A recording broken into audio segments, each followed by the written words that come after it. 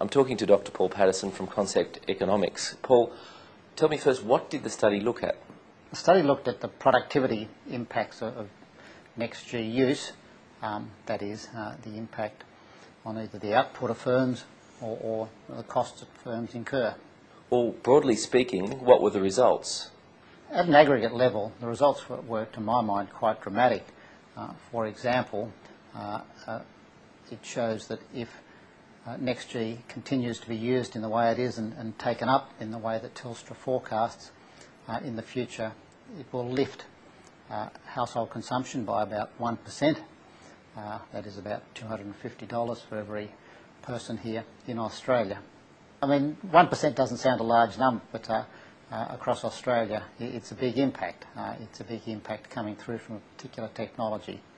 I mean, we do know that take-up of new technology can have quite dramatic impacts, and here's a case in point. Were there some sectors that stood out more than others?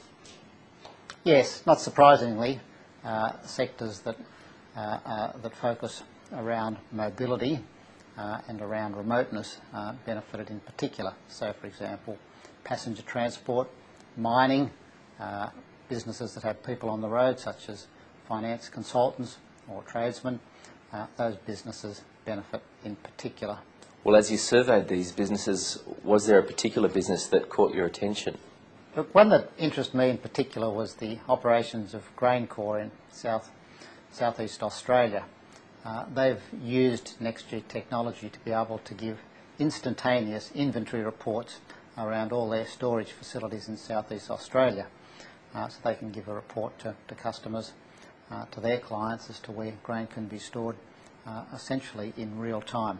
Tell me, what are the characteristics of NextG that make it stand out from, say, ordinary broadband or ordinary wireless? The defining characteristics of NextG, based on the work we did, its wide footprint, its mobility characteristics, and its speed. In terms of footprint, that goes to being available in remote areas, but also available offshore. For example, the Australian Institute of Marine Biology uses NextG technology to send signals from monitoring buoys up to 50 kilometres out to sea back to base, rather than sending a boat around to read their equipment. It's mobile. That's not different to other mobile networks, but mobility within that broad network footprint is important.